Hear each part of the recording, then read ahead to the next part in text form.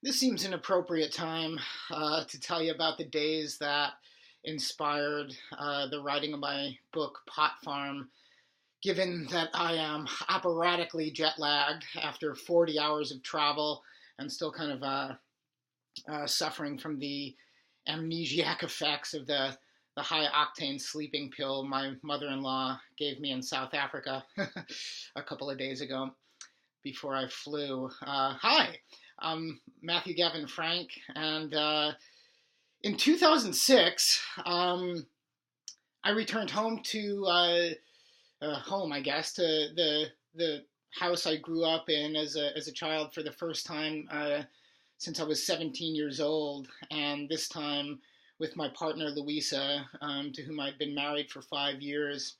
I'd been estranged from my family for various reasons, and I had recently received a phone call that my mom was diagnosed with stage 4 cancer, and my dad at the time was still working 6 days a week, and they had three really large dogs to take care of, and they needed help. So Louisa and I interrupted our lives and moved into my childhood bedroom, which was rife with all sorts of horrors that you might imagine.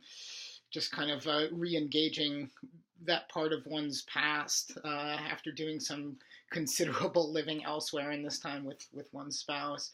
So sleeping in that bedroom and trying to be intimate with my wife there was really strange. Anyhow, we lived there for about a year, and my mom, who had always kind of self-defined as fairly straight-laced, and she kind of refused to, even after the doctors urged her to engage it, she refused to engage medical marijuana.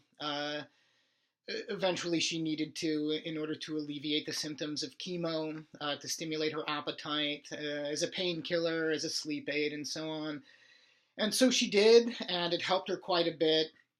And I remember talking with her a lot about how she made that leap across that gulf from self-defining as straight-laced to doing something that actually helped her. And so eventually she pulled through, and it was a beautiful surprise to all of us. And Louisa and I, at the time, were just kind of lost, and we really felt the need to regain some kind of sense of sanctuary in our relationship and to re-find ourselves as married couple in love. And through a series of serpentine channels, we got hooked up with work as pickers on a medical marijuana farm in Northern California. This was a very misguided sort of way to regain our sanctuary, given that we were living on the medical marijuana farm in a communal tent camp with a really interesting and diverse array of folks, from yoga instructors and chefs to ex-cops, ex-military, snipers, immigrants, refugees, terminally ill patients who were working on the farm, doing very, very light work in exchange for the weed that kind of helped alleviate their symptoms. And so we spent a season there, kind of embedded in the crazy and fringe social hierarchies therein. And my book Pot Farm is a result of that experience. The book differs, I think, from a lot of engagements of the industry, in that the focus is narrower. Many engagements of the marijuana industry are kind of broad.